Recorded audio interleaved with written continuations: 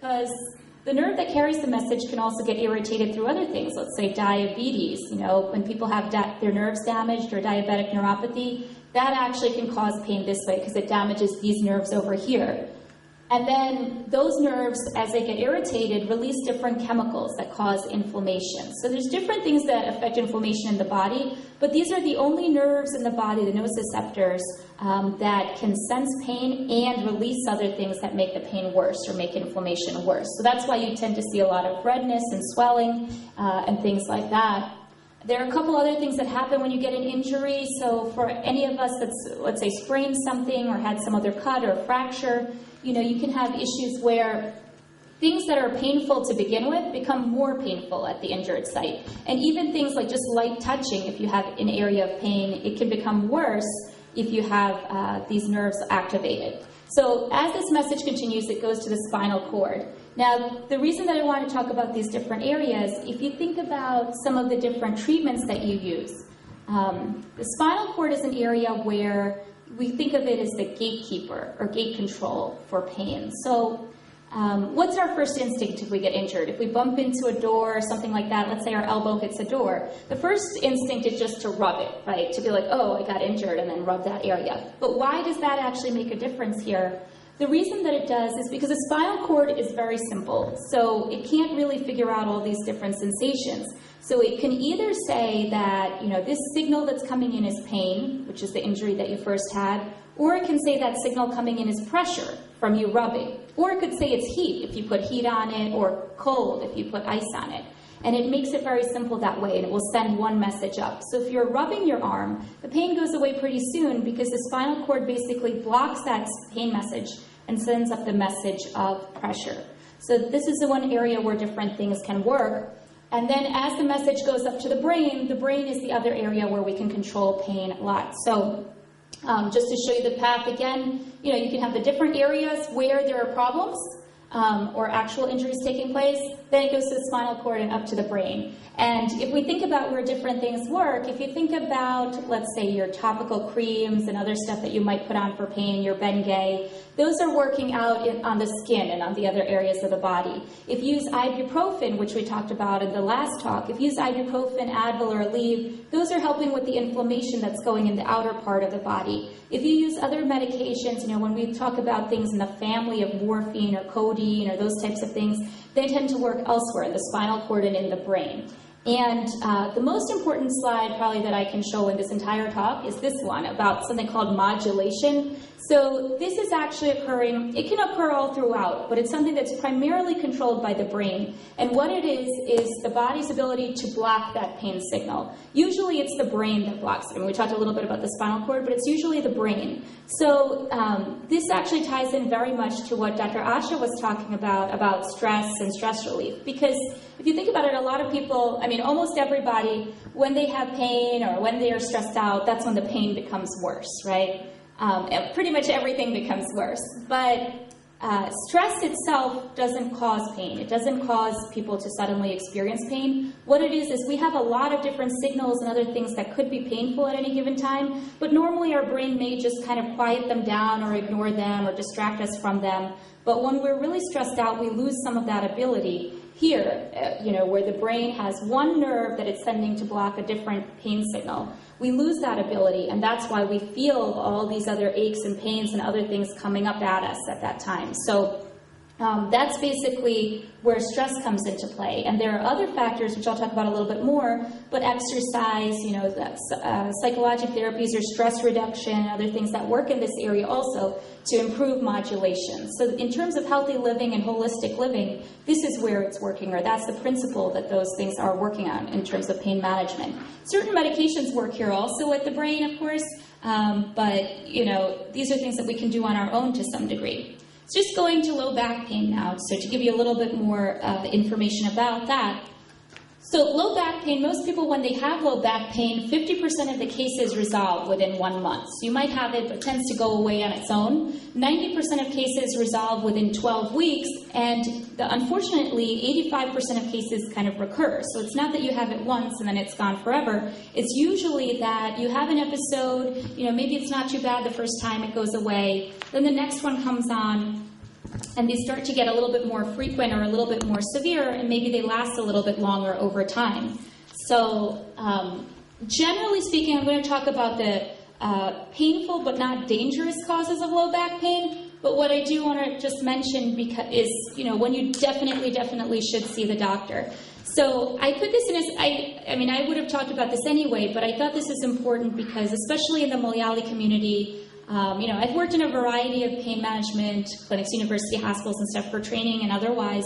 And I will say, you see all kinds of people coming in for pain, but you pretty much never see Indians. I almost never see Malayalis coming in. And I always wondered about that because, I think our culture is a little bit stoic. Like, we don't want to acknowledge pain or let it slow us down. And to some degree, that's good. We don't want to have our lives ruled by pain. But at the same time, it is important to get these things checked out. It's important even if it's not dangerous, because you could actually have treatments that might make it better. But more than that, sometimes the pain, it's a signal that something's wrong. So even if it's low back pain and your neighbor has low back pain and says it's no big deal, it's a muscle strain and stuff, there are a lot of times where it is something dangerous and it's a sign of more serious condition. So if you have these types of symptoms, you definitely want to get checked out.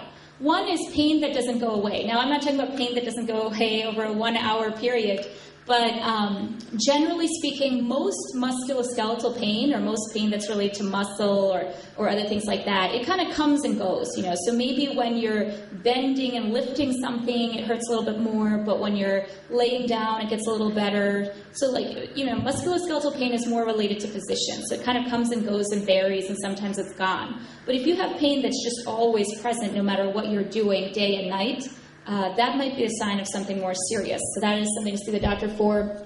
If you have pain that wakes you up at night, that you... Okay.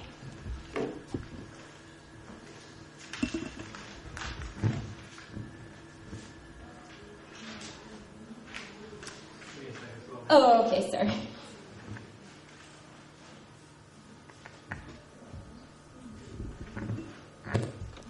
Women than men. I'm talking about migraines. We're going to put an end to them today, and Teresa's here. So Teresa, what have you done for your migraines so far? I've been suffering from migraines for 10 years, and I've been trying all different kinds of medication, and nothing's helping. It's been frustrating. Yes, I'm looking for something long term. All right. To get an idea, believe it or not, our best pain solution for migraines is Botox. Since the mid-90s, women have turned to Botox injections to smooth away the lines and wrinkles and look younger. Botox is a potent muscle relaxer, which is why... Answer, but I will tell you it's a fun question. I'm going to do some research. But let me answer the first question. It's a very relevant question. First question, how often do Malayalis come for marriage counseling? 0%. Oh, no. It is out of among all the Indians, I see clients from 40 different countries. My primary work is in cross-cultural work. I do see Indians from the north, Malayalis virtually none. Because the shame that goes with this, anything wrong in a marriage, is high. Our culture, our very Malayali culture, we have so many wonderful things about our culture. But one thing we have is guilt and shame. So to go outside and say we have a problem and we need to work on it has too much stigma. And it's a huge issue that's very silent in our community. It's very silent. Because to talk about it is to admit that we need help. So this is Indians are, as a group, getting help. But Malayalis as a group are not getting help, particularly in marriage counseling. Second question is really unanswerable. Do you have any statistics on Indian men? No, I don't. Because I think the question is about how do they compare to the Indian women, particularly in the stress level. This particular video that I was going to show, that I did not react, I responded to. It was strictly doing thousands and thousands and thousands of interviews with women across the world. It was not about the men. But it's a very interesting concept. How do the statistics of Indian men, particularly immigrant Indian men, stack up to stress level? That'd be actually a very interesting topic. I do not know the answer.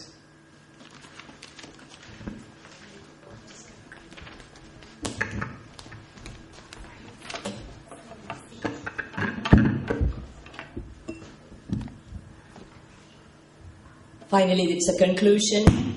I would like to thank the panel and the audience for their interactive participation. Let's give ourselves a hand. Let me conclude with a quote from Laureen Lee. Your life is your message to the world. Make it inspiring. I invite you to live a life that's inspiring. Thank you.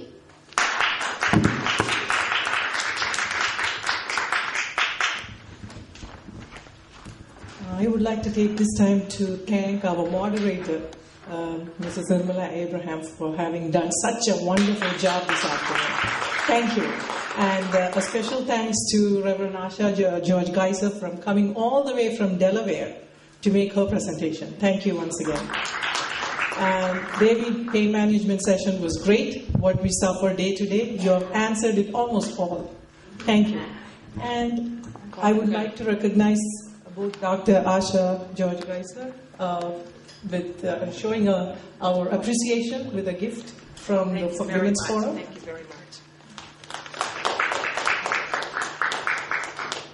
And Devi, something for you too. Thanks so much. Thank you. And Nirmala, of course, our moderator. Thank you again. I'd just like to remind all that there will be,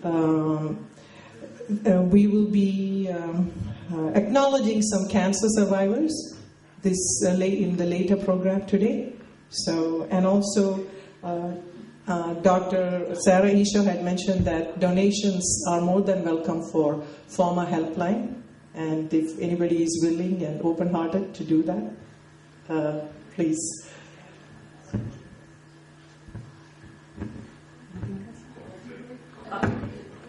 The coffee break is downstairs, coffee and bites, and what's a closing session, right? That begins at 5 o'clock. Thank you. Thank you. ഞാൻ ഇന്ന് ഈ വേദിയിൽ നിങ്ങളുടെ മുമ്പിൽ നിൽക്കുന്നത് കാരണം വളരെ മനോഹരമായ രീതിയിൽ വിജയപ്രദമായ ഒരു one day seminar FOMAA women's ഫോറത്തിന്റെ ആഭിമുഖ്യത്തിൽ നടന്നു കഴിഞ്ഞിരിക്കുന്നു. ഇന്ന് നമ്മുടെ സമൂഹം അനുഭവിക്കുന്ന ക്യാൻസർ, സ്ട്രെസ്, പെയിൻ തുടങ്ങിയ ഒട്ടേറെ ആനുകാലിക പ്രശ്നങ്ങളും അതിന്റെ പ്രതിവിധികളും അതോടൊപ്പം തന്നെ ശരീര സൗന്ദര്യം വർദ്ധിപ്പിക്കാനുള്ള മാർഗങ്ങളും ഇന്നിവിടെ നടന്ന ചർച്ചയിൽ അമേരിക്കയിലെ വിദഗ്ധ ഡോക്ടർമാർ സെമിനാറിൽ സംസാരിച്ചു. മനോഹരമായി ഈ സെമിനാർ സംഘടിപ്പിച്ച വിമൻസ് ഫോറം പ്രസിഡന്റ് കുസുമൻ ടൈറ്റസിനെയും ടീം അംഗങ്ങൾക്കും അഭിമാനത്തിന്റെ പൂച്ചെണ്ടുകൾ അർപ്പിക്കുകയാണ്. ഇനി ഞാൻ എന്റെ കർത്തവ്യത്തിലേക്ക് കടക്കട്ടെ. ഈ വേദിയിലേക്ക് നിങ്ങളുടെ എല്ലാവരുടെയും അനുവാദത്തോടുകൂടി വിശിഷ്ട അതിഥികളെ ഞാൻ ക്ഷണിക്കുന്നു.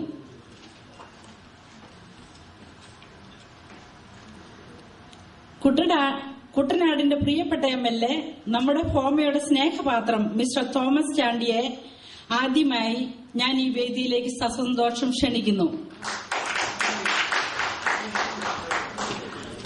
കുസുമൻ ടൈറ്റസ് അമേരിക്കയിലെ പ്രമുഖ ബിസിനസ്സുകാരനും ഫോമയുടെ മുൻ പ്രസിഡന്റുമായ ജോൺ ടൈറ്റസിന്റെ ഭാര്യ, ഫോമയുടെ വിമൻസ് ഫോറത്തിന്റെ പ്രസിഡന്റുമായ കുസുമൻ ടൈറ്റസിനെ ഞാൻ ഈ വേദിയിലേക്ക് ക്ഷണിക്കുകയാണ്. സാമൂഹിക സാംസ്കാരിക സംഘടനാ രംഗങ്ങളിൽ സ്വന്തമായി കയ്യൊപ്പ് പതിപ്പിച്ച ഫോമയുടെ പ്രസിഡന്റ് മിസ്റ്റർ ജോർജ് മാത്യുവിനെ ഈ വേദിയിലേക്ക് ക്ഷണിക്കുന്നു.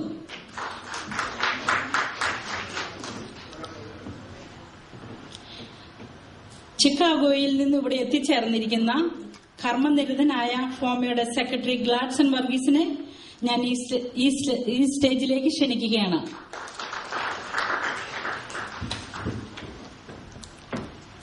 ജീവകാരുണ്യ രംഗത്ത് വ്യക്തിമുദ്ര പതിപ്പിച്ച ഫോമയുടെ വൈസ് പ്രസിഡന്റ് ക്യാപ്റ്റൻ രാജു ഫിലിപ്പിനെ ഞാൻ ഈ വേദിയിലേക്ക് ക്ഷണിക്കുന്നു.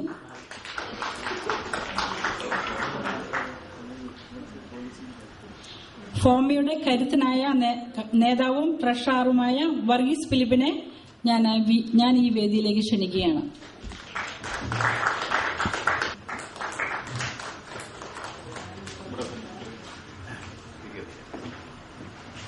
ഇനി ക്ഷണിക്കാനുള്ളത് സെബാസ്റ്റ്യൻ ജോസഫ് തോമസ്, ജോൺ ടൈറ്റസ് ബേബി ഊരാളിൽ, റെജി മർക്കോസ്,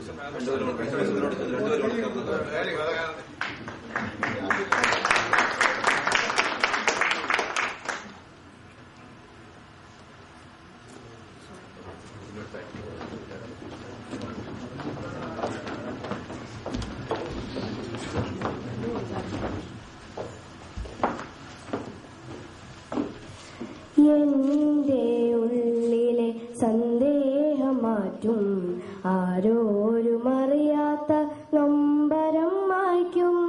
നിന്നെ മറന്നയൻ പിഴകളെല്ലാം നാഥാ വരും നാളിലോർക്കല്ലേ പ്രാണപ്രിയ. പകരൂ എന്നുള്ളിൽ സ്നേഹം പകരൂ, നിറയ്ക്കുകെന്നുള്ളിൽ ആത്മാവിന് സദയം. എന്റെ ഉള്ളിലെ സന്ദേഹം മാറ്റും, ആരോരും അറിയാത്ത നൊമ്പരം മായ്ക്കും. നിന്നെ മറന്നയൻ പിഴകളെല്ലാം നാഥാ വരും നാളിലോർക്കല്ലേ പ്രാണപ്രിയ. ക്രോധമകറ്റി നിൻ സൽചിന്ത നൽകൂ, എന്നെന്നും നിന്നോർമ്മ എന്നിൽ ചൊരിയൂ. ക്രോധമകറ്റി നിൻ സൽചിന്ത നൽകൂ, എന്നെന്നും നിന്നോർമ്മ എന്നിൽ ചൊരിയൂ. സൽപ്രവർത്തിക്കായൻ കരങ്ങളെ ഒരുക്കൂ, നൽപാതയിലേക്കൻ കാലിനെ നയിക്കും. പകരൂ എന്നുള്ളിൽ സ്നേഹം പകരൂ, നിറയ്ക്കുകെന്നുള്ളിൽ ആത്മാവിന് സദയം. എന്റെ ഉള്ളിലെ സന്ദേഹം മാറ്റും, ആരോരും അറിയാത്ത നൊമ്പരം മായ്ക്കും. നിന്നെ മറന്നയൻ പിഴകളെല്ലാം നാഥാ വരും നാളിലോർക്കല്ലേ പ്രാണപ്രിയ. നിൻ വചനത്താലെൻ ദാഹം ശമിപ്പിക്കൂ, നേർബുദ്ധിയോതിയൻ നികളമകറ്റൂ. നിൻ വചനത്താലെൻ ദാഹം ശമിപ്പിക്കൂ, നേർബുദ്ധിയോതിയൻ നികളമകറ്റൂ. തവ ജ്ഞാനത്താലെൻ അന്ധതയകറ്റൂ, അന്യായം വെറുക്കാൻ നിൻ ധൈര്യമേകൂ. പകരൂ എന്നുള്ളിൽ സ്നേഹം പകരൂ, നിറയ്ക്കുകെന്നുള്ളിൽ ആത്മാവിന് സദയം.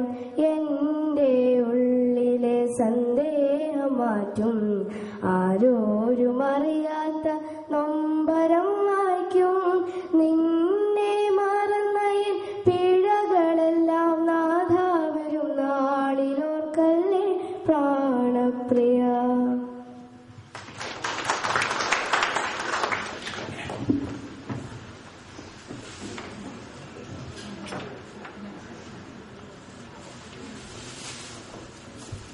ക്രിസ്റ്റി, വെൽക്കം സ്പീച്ചിനായി നമ്മൾ ഡോക്ടർ സാറ ഈശോയെ ക്ഷണിക്കുന്നു.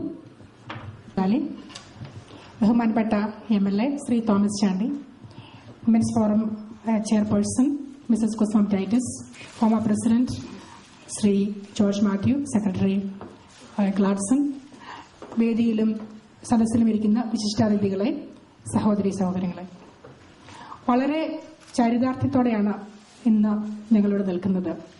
വളരെ വിജ്ഞാനപ്രദമായ ഒരു സെമിനാർ രാവിലെ 9:30 മുതൽ വൈകുന്നേരം 4 മണി വരെ ഈ ഹാളിൽ നിന്ന് നടക്കുകയുണ്ടായി. അതിനുശേഷമുള്ള ഈ സമാപന സമ്മേളനത്തിലേക്ക് വളരെ ശക്തമായ ഒരു ടീമിനെ ഞങ്ങൾക്ക് ലഭിച്ചതിൽ വളരെ സന്തോഷമുണ്ട്. ഇന്നത്തെ ഈ പ്രോഗ്രാം നടത്തുവാൻ സഹായിച്ച എല്ലാവരെയും ഈ അവസരത്തിൽ ഞങ്ങൾ നന്ദിയോടെ സ്മരിക്കുന്നു. ഇന്നത്തെ നമ്മുടെ സമാപന സമ്മേളനത്തിന്റെ മുഖ്യാതിഥിയായി എത്തിയിരിക്കുന്നത് കുട്ടനാടിന്റെ MLA ശ്രീ തോമസ് ചാണ്ടിയാണ്. ശ്രീ തോമസ് ചാണ്ടി സാറിനെ കുറിച്ച് പറഞ്ഞാൽ അദ്ദേഹം കുട്ടനാടിന്റെ മാത്രം MLA അല്ല, ഫോമയുടെ അമേരിക്കൻ മലയാളികളുടെ കൂടെ MLA ആണ്. ഫോമയുടെ ആരംഭം മുതൽ തന്നെ അദ്ദേഹം എല്ലാ സമ്മേളനങ്ങളിലും പങ്കെടുക്കുകയും നമ്മളെ വിജ്ഞാനപ്രദമായ രസകരമായ പ്രസംഗങ്ങളിലൂടെ രസിപ്പിക്കുകയും ചെയ്തിട്ടുണ്ട്. വിമൻസ് ഫോറം നടത്തുന്ന ഈ ആദ്യ സംരംഭമായ സെമിനാറിൽ സമാപന സമ്മേളനത്തിൽ മുഖ്യാതിഥിയായി എത്തുവാൻ അദ്ദേഹം സമ്മതിച്ചതിൽ ഞങ്ങൾക്ക് വളരെ സന്തോഷമുണ്ട്. ശ്രീ തോമസ് ചാണ്ടി സാറിനെ ഈ സമ്മേളനത്തിലേക്ക് വിമൻസ് ഫോറത്തിന്റെ നാമത്തിൽ ഞാൻ ഹാർദവമായി സ്വാഗതം ചെയ്യുന്നു.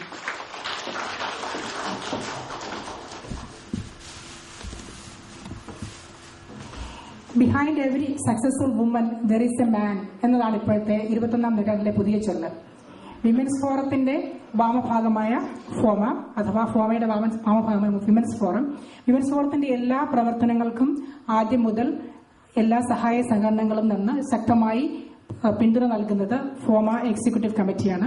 ഫോമ എക്സിക്യൂട്ടീവ് കമ്മിറ്റി അംഗങ്ങളായ ശ്രീ ജോർജ് മാത്യു, ഗ്ലാഡ്സൺ വർഗീസ് ഫിലിപ്പ്, രാജു ഫിലിപ്പ് എല്ലാവരെയും പ്രത്യേകം ഈ സമ്മേളനത്തിലേക്ക് ഞാൻ സ്വാഗതം ചെയ്യുന്നു.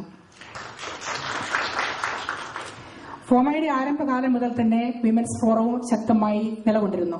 അതിന് പിന്തുണ നൽകിയിരുന്നത് ഫോമയുടെ മുൻ പ്രസിഡന്റുമാരാണ്. ഇന്ന് 2 മുൻ പ്രസിഡന്റുമാർ നമ്മുടെ ഒപ്പമുണ്ട്. മുൻ ഭാരവാഹികൾ, മുൻ സെക്രട്ടറിമാർ നമ്മുടെ കൂടെയുണ്ട്. മുൻ ട്രഷറർമാരുണ്ട്. എല്ലാവരെയും പേരെടുത്ത് ഞാൻ പറയുന്നില്ല. എങ്കിലും മുൻ പ്രസിഡന്റുമാരായ ശ്രീ ജോൺ ടൈറ്റസ്, ശ്രീ ബേബി വിരാൽ എന്നിവരെയും സെക്രട്ടറിമാരായ അനിയൻ ജോർജ്, ജോൺ വർഗീസ് എന്നിവരെയും ഈ സമ്മേളനത്തിലേക്ക് ഹാർദവമായി സ്വാഗതം ചെയ്യുന്നു. ഈ സമ്മേളനം ഇന്നിവിടെ സംഘടിപ്പിക്കുന്നതിൽ അതിന് വേണ്ടത്ര പിന്തുണ നൽകുകയും ഞങ്ങളുടെ പബ്ലിസിറ്റി ഏറ്റെടുക്കുകയും ചെയ്ത പ്രസ് ക്ലബ് അംഗങ്ങളെ ഞങ്ങൾ നന്ദിയോടെ ഇപ്പോൾ സ്മരിക്കുന്നു. പ്രസ് ക്ലബിനെ പ്രതിനിധീകരിച്ച് ഇവിടെയുള്ള ശ്രീ ജോർജ് ജോസഫ്, മധു കൊട്ടാരക്കര, സുനിൽ ഫൈവ്-സ്റ്റാർ, അങ്ങനെ പ്രസ് ക്ലബിനെ പ്രതിനിധീകരിച്ച് ഇവിടെ എല്ലാവരെയും ഈ മീറ്റിംഗിലേക്ക് സ്വാഗതം ചെയ്യുന്നു. ഏറ്റവും അധികം സ്വാഗതം അർഹിക്കുന്നത് ഇവിടെ കൂടിയിരിക്കുന്ന ഈ സദസ്യരാണ്. ഇന്നത്തെ ഈ സമ്മേളനത്തിലേക്ക് ഇവിടെ വന്നു ചേർന്നിരിക്കുന്ന എല്ലാവരെയും ഒരിക്കൽ കൂടി വിമൻസ് ഫോറത്തിന്റെ നാമത്തിൽ സ്വാഗതം ചെയ്യുന്നു. നന്ദി.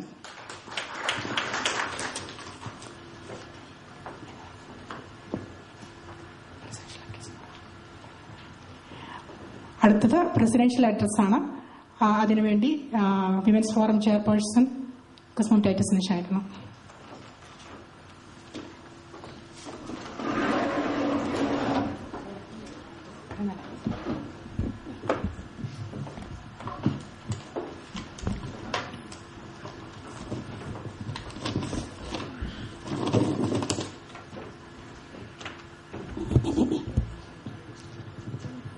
ബഹുമാനപ്പെട്ട കുട്ടനാട് MLA, ഞങ്ങളുടെ ഫാമിലി ഫ്രണ്ടും കൂടിയായ Thomas Chandy, former president George Mathew, secretary Gladson, treasurer Varghese Philip and vice president Raju Philip, സദസ്സിലിരിക്കുന്ന എല്ലാ മാന്യ വ്യക്തികളെ, എൻ്റെ വിമൻസ് ഫോറത്തിലെ കമ്മിറ്റി അംഗങ്ങളെ, ഈ വിമൻസ് ഫോറത്തിലേക്ക് പങ്കെടുക്കാൻ വന്ന എല്ലാ സഹോദരന്മാരും, എല്ലാവർക്കും വിമൻസ് ഫോറത്തിന്റെ നാമത്തിൽ പ്രത്യേക നന്ദിയും നമസ്കാരവും അറിയിക്കുന്നു. വളരെ ചരിതാർത്ഥ്യത്തോടു കൂടിയാണ് ഞാനിവിടെ നിൽക്കുന്നത്. ഒരു വൺ ഡേ കോൺഫറൻസ് ഞങ്ങൾ വളരെ നാളുകളായിട്ട് പ്ലാൻ ചെയ്തു. അതിൻ്റെ ഒരു പൂർത്തീകരണമായിരുന്നു ഇന്ന്. ഞങ്ങൾ കമ്മിറ്റിയും ഫോമയുടെ എക്സിക്യൂട്ടീവ് കമ്മിറ്റിയും വളരെ നാളത്തെ കൂടിയാലോചനകളും ശേഷം നല്ലൊരു പ്രോഗ്രാം പുട്ടുകയർ ചെയ്യാൻ പറ്റി. നല്ല സ്പീക്കേഴ്സിനെയൊക്കെ ഞങ്ങൾക്ക് കൊണ്ടുവരുവാൻ പറ്റി ഇതിലേക്ക്. അങ്ങനെ ഇന്നത്തെ ദിവസം ഒരു സക്സസ്ഫുള്ളായ ഒരു ഇവന്റാക്കി തീർക്കുവാൻ ഇതിന്റെ പുറകിൽ എൻ്റെ കൂടെ പ്രവർത്തിച്ച എൻ്റെ കമ്മിറ്റി മെമ്പേഴ്സിനോട് വളരെയധികം നന്ദിയുണ്ട്. പ്രത്യേകിച്ച് എടുത്തു പറയേണ്ടത് Gracy James, Lona Abraham, Lali Kalappurakkal, treasurer doctor Sara Eesho, secretary ആയിട്ടിരുന്ന റീനി മാമ്പലം ഒരു സർജറി ആയിട്ട് റിക്കവർ ചെയ്യുകയാണ്. She couldn't come. ഞങ്ങളുടെ പ്രത്യേക താങ്ക്സ് റീനിയുടെ ഇതുവരെയുള്ള എല്ലാ സപ്പോർട്ടിനും വേണ്ടി ഞാൻ അറിയിക്കുന്നു. ബാക്കി ഞങ്ങളോടൊത്ത് സഹകരിച്ച എല്ലാവർക്കും ഒരിക്കൽ കൂടി ഞാൻ എൻ്റെ ഹൃദയം നിറഞ്ഞ നന്ദി അറിയിക്കുകയാണ്.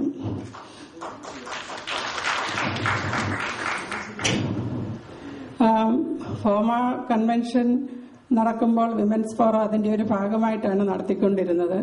അപ്പോൾ ഞാൻ ഈ സ്ഥാനത്തേക്ക് വന്നപ്പോൾ ഒരു വ്യത്യസ്തമായിട്ട് വിമൻസ് ഫോറത്തിന് പേരിൽ ഒരു വൺ ഡേ കോൺഫറൻസ് നടത്തണമെന്ന് ഞങ്ങളിങ്ങനെ ആഗ്രഹിച്ചു. അതിനായിട്ട് ഇങ്ങനെ ആലോചിച്ചപ്പോൾ എൻ്റെ കമ്മിറ്റിക്കാർക്കെല്ലാം അതിനോട് താല്പര്യമായിരുന്നു. ഞങ്ങൾ ഫോമയിൽ കൺവെൻഷൻ ആദ്യമായിട്ടിത് തുടങ്ങിയത് ലാസ് വേഗസിലായിരുന്നു. ഗ്രേസി ജെയിംസാണ് അതിൻ്റെ തലപ്പത്ത് ഇരുന്നത്. അത് അങ്ങനെ ആ വിമൻസ്